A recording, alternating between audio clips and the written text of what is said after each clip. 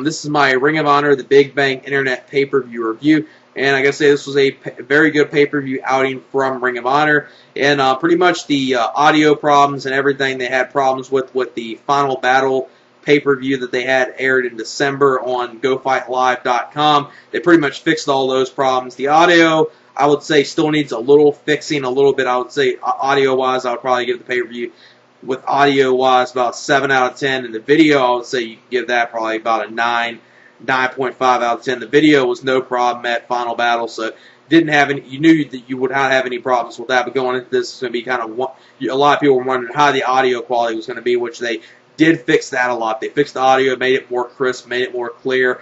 But they need to make sure when they do the next one to crank up the commentary mics just a little more, because during a little portion of the first half of the show, not too often, but there were some portions within the first half of the show where the audio commentary mics were kind of low, and the audio was a little low for that, and it should have been raised up a whole lot higher than what it was. But they pretty much fixed those problems by the second half of the show. So since they pretty much fixed it by the second half of the show, it seems like I'm thinking that the next time they do one of these internet pay-per-views on Go Fight Live, when Ring of Honor does one, they'll pretty much have it down packed and pretty much have it perfectly, fixed right then, where the audio will be perfect the whole show, and the video's been no problem ever since even the Final Battle show. That one was no video problem, just audio problems, and like I said, they fixed all the audio problems and tweaked them out on this pay-per-view. So that was the good thing. Now, the only problem that I had with this pay-per-view was what got chose to main event the pay-per-view, which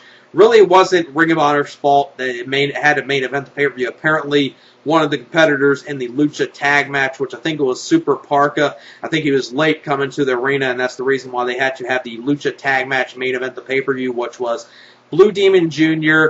and Magno teaming up to take on Misterioso and Super Parka, which I would say, if this match would have gone on early, if this would have been the thing leading into intermission in the first half, the match probably would have went off a whole lot better. But after, two great matches you had, the ROH Tag Team title match with the Kings of Wrestling and the Briscoes, and the Triple Threat match with Aries, Strong, and Tyler Black, after those two great matches right there, it was a huge step down. And I would say it hurt the pay-per-view a little bit having that main event, but I'm not going to say it killed the pay-per-view. It didn't go that far. But I would say for that match, and if that match didn't take place and it would have ended with the world title match, probably would have gave this pay-per-view about an 8.5. And with the main event, I would say, since that was kind of a huge step down from the previous two matches before that, the ROH World Tag Team title match and the world title match, I would say I'd give this pay-per-view a 8 out of 10. It's still a solid 8 out of 10. Good pay-per-view from Ring of Honor, but the main event did kind of hurt it, having the Lucha match main event. Like I said, it probably would have came off a little better and not as bad as it did during the main event. If it wasn't the main event, it was just say the main event of the first half of the show leading into intermission. Now, the first match of the pay-per-view, which this is probably one of the other problems I had with this, which was they had two local guys from North Carolina be the opening of the pay-per-view, which I understand, you're in a new market, you want to have, some local guys shine, have them showcase on the pay-per-view, which makes sense, but I think it would have been best to have this. I think it would have been better suited to have this as the second match instead of the opener of the pay-per-view, since I think the second match would have been better to have that as the opener than what the two local guys getting showcased, which was Zach Salvation versus Phil Shatton, which really was not much of a match at all. Nothing to talk about. Phil Shatton picks up the victory, 1-star match. Typical Mid-Atlantic type wrestlers.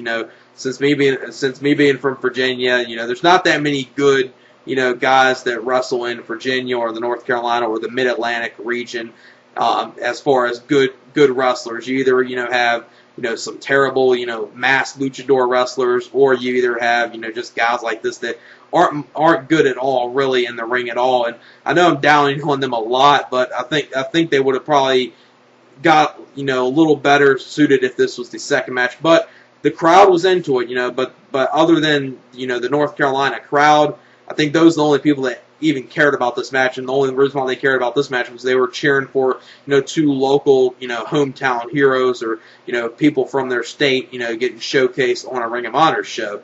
1-star match, like I said, nothing special. And the next matchup was Kenny King versus Davey Richards. Like I said, this match should have been the match to open up the pay-per-view was a very good match. A lot of good back-and-forth action with Kenny King and Davey Richards. A lot of good stuff from Davey Richards and Kenny King in this match. It was a very good overall match. Really enjoyed it. I think everyone going into this match knew this was going to be a very good match. And not Kenny King, but Davey Richards picks up the victory after Kenny King taps out from the Texas Cloverleaf in this match in a 3.5-star match. Then after this match, a huge mark-out moment for probably every Ring of Honor fan, or maybe even some non-Ring of Honor fans that maybe have been viewing this pay-per-view, was after the match, Davey Richards on the mic saying, he's the best in the world. He's going to be, the future Ring of Honor World Champion, the next Ring of Honor Champion in line to be the next Ring of Honor Champion. And then you hear Marilyn Manson's Beautiful People play. Then you saw Christopher Daniels come out there. And Christopher Daniels comes out there and pretty much throws out an open challenge to Davey Richards. So you'll be seeing a Christopher Daniels versus Davey Richards matchup at probably the Ring of Honor show coming up in May in New York City. That's probably where that match will take place, which should be a great match. And great to see Christopher Daniels back in Ring of Honor. Now, at this point, it's unknown what his contractual status with TNA is. Is he gone from TNA, or is TNA just allowing him to work these dates? Which I'm probably going to go for the latter. I'm probably saying that TNA is allowing him to work these dates, just like they're allowing the Motor City Machine Guns to work these dates. Like, probably the one main reason, like when I was talking to one of my friends, about Christopher Daniels returning to Ring of Honor, probably came up with the best reason why they're probably having Christopher Daniels and the Motor City Machine Guns work these dates and allowed to work Ring of Honor even though they're within TNA, is to probably pay back Ring of Honor for, the whole Ric Flair fiasco. And then since Ric Flair's within TNA, that's probably a little thing to say, this is the way we're paying you back, Ring of Honor. You have Christopher Daniels work a couple dates, work maybe a number of shows with you in the Motor City Machine Guns as well, kind of just to pay them back after the whole Ric Flair fiasco that happened there last year. And the next matchup was Erick Stevens versus Necro Butcher in a Butcher's Rules match. Now, this match was a little bit disappointing. It was nothing, really spectacular. Not that I was expecting anything spectacular within this match, but I was expecting it to be a little more brutal and a little more, gimmickry than what it was, as far as, having, a couple table spots, maybe some blood within the match and stuff like that. And especially, considering, I'll look at it this way, where, probably with some of these, internet pay-per-views, on Go Fight Live that Ring of Honor has, people coming in that never seen Ring of Honor before probably, have heard the name Ring of Honor before, say, let me give this promotion a chance, and they probably have heard, Necro Butcher. A lot of people on the internet say, this guy's, probably the Mick Foley or Cactus Jack of this generation, the most crazy hardcore guy now. And then probably if they tune in to see this match, they're like, really, this is the best this guy can do. That's probably the way they would probably view it. It was a pretty weak match considering it was a Butcher's Rules match, no disqualification match. Some good stuff in it to start it, but, really weak finish, especially since it was a gimmick match. It should have been a whole lot more brutal than what it was. Necro Butcher picks up the victory, winning with a Connor roll to Erick Stevens in a 1 3/4-star match. Then after the match, the Embassy come in there and they beat down Necro Butcher, furthering the Embassy versus Necro Butcher feud that's still continuing. Then the next matchup was Rhett Titus versus Cassandro El Exotico, which people that aren't familiar with Cassandro before seeing this pay-per-view, the way his character is, he's pretty much like a Adrian Adonis, cross-dressing gimmick, Mexican cross-dressing luchador, and very flamboyant, over-the-top character. And even though the character's very over-the-top, I gotta say, he's actually a pretty good overall wrestler. I've seen him maybe 1 or 2 times before this, and really haven't been impressed with him before, but I was actually kind of impressed with him in this match. Started off with some good comedy between him and Rhett Titus, which this match was pretty much one of those matches that was a good example of what you can do as far as a mixing in comedy, but at the same time having a good wrestling match as well. It's pretty much what this was, a good mix of comedy, but at the same time good wrestling. And Cassandro did a number of good things in this match, good back and forth action between these two, and I actually got to give him even more credit than learning later in the evening that he actually suffered a broken leg in this match after doing a flip dive outside the ring to Rhett Titus within this match, which really during it I thought, maybe he was just working his leg a lot and he didn't, completely injure himself or break his leg, and he really, just made it look like he was selling it, and he actually gutted it out, finished the match, and picks up the victory after a roll-up, beating Rhett Titus in a 2.5-star match. Pretty entertaining match, I would say. It was a good, comedy, entertainment match mixed with actually some good wrestling at the same time as well.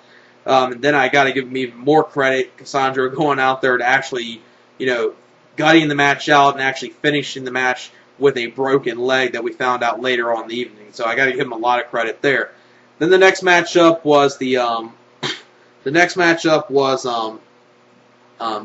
Kevin Steen and Steve Corino versus El Generico and Colt Cabana. In this match, at the beginning of it, you saw Colt Cabana pretty much be the main person within the match, going back and forth with Steve Corino and Kevin Steen, tagging in and out to Colt Cabana.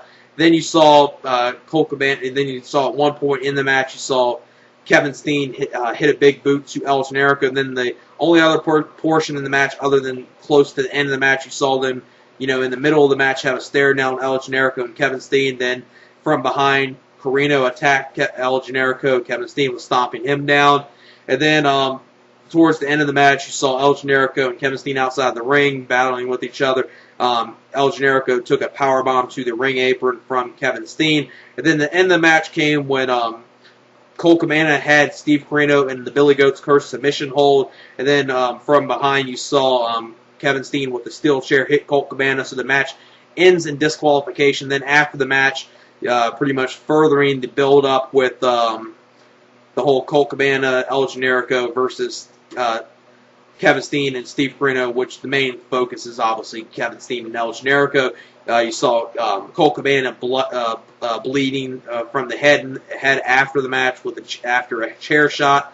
Then after that, you pretty much saw El Generico just flip out, and pretty much, after that, he was pretty much destroying everyone. That's pretty much the way it ended, and Kevin Steen and Steve Corino were all up on the ramp. Then it got announced later on that on the April 24th show at the Ring of Honor show in Chicago, Illinois, it's going to be a Chicago Street fight with Colt Cabana and El Generico versus Kevin Steen and Steve Corino, which should be very good, because going into this, other than, the further build-up with Kevin Steen and El Generico, I wasn't really looking forward to this match, but after what they did in this match and building up to the street fight, I really want to see that street fight a lot, and definitely can't wait to see the Kevin Steen and El Generico singles match when they finally book that, which they'll probably book it at the Supercard of Honor show, which will probably be the New York show in May.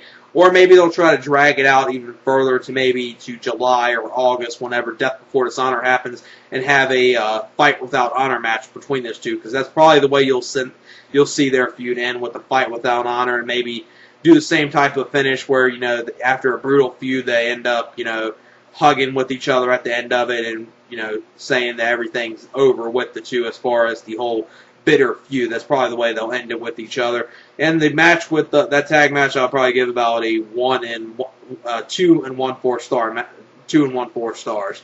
Then the next matchup was before the next matchup it was intermission. So before the next matchup, it was intermission. Which during intermission you saw Jim Cornette in the ring, you saw Bobby Eaton in the ring, you saw Tommy Young in the ring, and Kevin Kelly in the ring. Which I forgot to mention earlier that on commentary during this pay-per-view, it was Kevin Kelly and Dave Prazak, which I got to say, they did a very good job working with each other, a very good duo commentary team, which I think those two should, work together more on commentary. That would probably be a great permanent Ring of Honor commentary team, which they probably will do, or maybe just have him do the ROH on HDNet shows and the internet pay-per-views, and still have Lenny Leonard do the DVDs, or maybe they'll have Kevin Kelly and Dave Prazak do the DVDs as well, because I think Kevin Kelly and Dave Prazak work very good as a commentary team on the night. Then the next matchup was, in my opinion, the match of the night. This was the Kings of Wrestling, Chris Hero and Claudio Castagnoli versus the Briscoe brothers for the ROH World Heavyweight Tag Team Championships, and this was a great tag team match. It's one of those matches you just have to see for yourself. That's how good this match was. A lot of good back and forth action. The example of what tag team wrestling should be. A lot of good near falls, a lot of good false finishes, and just it was booked so well. During the last couple minutes of the match, you did not know which way it would go. You didn't know if it was going to be the Kings of Wrestling winning, the Briscoes winning. It was like, this match has to go to the Briscoes. Oh, it has to go to the Kings of Wrestling. It was just going back and forth like that. Very good. A good number of false finishes, not overdone, and just very good tag team wrestling. Great match. Really enjoyed it. And the Kings of Wrestling pick up the victory after Chris Hero uses a loaded elbow pad to Jay Briscoe, with Claudio Castagnoli picking up the victory for the Kings of Wrestling by pinning Jay Briscoe after that in a 4.5-star match. Very good tag match, in my opinion, the match of the night. And then the next matchup was the ROH World Heavyweight Championship match, the triple threat match with Roderick Strong versus Austin Aries versus Tyler Black. And these triple threat rules in this match were that elimination rules, which was one of the things I think that, you know, as good as this world title match was, and it definitely was a great world title match, I think they would have probably pulled off better if it was not elimination-based rules. I think it would have been better if it was just a single pinfall. I think that would have worked better in the match here, but you saw a lot of good stuff. At the first elimination came when, after a number of super kicks from Tyler Black to Roderick Strong, then a brainbuster from Austin Aries eliminates Roderick Strong, so Roderick Strong yet again comes up short in his quest for becoming the ROH World Heavyweight Champion. And then the final two were obviously Tyler Black versus Austin Aries. Saw a lot of good back and forth action between those two. The whole match was very good. You saw the first couple minutes kind of building up slow, then it kind of started building up pretty good throughout the whole entire match. Just a great world title match between those two. And, you know, it was very predictable, obviously, who was going to walk out as Ring of Honor champion. And it was everyone obviously knew that Tyler Black was going to be the one walking out and staying Ring of Honor champion, which is a good thing, because I didn't want it, you know, Tyler Black to lose the ROH World Heavyweight Championship quite yet. I think they need to at least have him, you know, have it till, you know, the summer, or maybe till the end of the fall, maybe all the way to even Final Battle, till having Tyler Black and Davey Richards against each other at Final Battle. Great world title match, 4 and 1/4 stars. And then the main event, which was the one thing that kind of dragged it down a little bit, which was the Lucha Libre tag match, which was, like I said earlier, it was Blue Demon Jr. and Magno teaming up to take on Misterioso and Super Parka. And this was just bad to have this as the main event, but like I said, I guess one of the members and participants in the match showed up late to the arena, which I think it was Super Parka that showed up late, so they had to push this back and have this be the main event. It was obviously advertised, so you had to have the match take place, especially, you know, if the people actually made it to the show and you actually could do it on the pay-per-view, which was one of the things. This match, if this wasn't the main event, I think it would have came off better. You know, Magno did some good stuff in it. He was really the saving grace of the match, making it at least a watchable match. I'm probably being a little too generous to it, but I give it 2.5 stars because it was at least some good stuff in it. It wasn't, you know, a terrible thing, but after the, you know, World Tag Team title match, after the World Heavyweight Championship match, three-way match, you saw a huge step down after those two matches, having this as the main event. But like I said, it was one of the matches that took place. And not only that, you know, the crowd was into the match, even though I was kind of, after, you know, the two matches previous, I was like, you know, who cares really about seeing this match? I paid attention to it, but it was like one of those things that, who really cares about this match? But the crowd was really into it, so you must have had a lot of Lucha Libre fans or a lot of Hispanic fans there in attendance for this show to see the Luchadors in action. And I give it about 2.5 stars as far as the match goes, like I said. And overall, I give the show an 8 out of 10 because you had the World Heavyweight title match, which was a great match. You had the Tag Team title match, which was great. And you had the Davey Richards versus Kenny King match, which was very good as well. And Christopher Daniels making his surprise Ring of Honor return that no one saw coming. And even the Cassandro Rhett Titus match was at least entertaining. And there was at least a few other things on the pay-per-view with the continuation of the Kevin Steen and El Generico feud with Colt, Cabana and Steve Corino being involved as well, and the further build-up to that. That was good to see. And really, you know, other than, you know, probably the Erick Stevens versus Necro Butcher match, really everything else on the pay-per-view was pretty much watchable, I would say. And you had two great matches and a very good match with Davey Richards and Kenny King on this pay-per-view, and like I said, great to see Christopher Daniels back in Ring of Honor as well. So you had a number of good things on this pay-per-view. So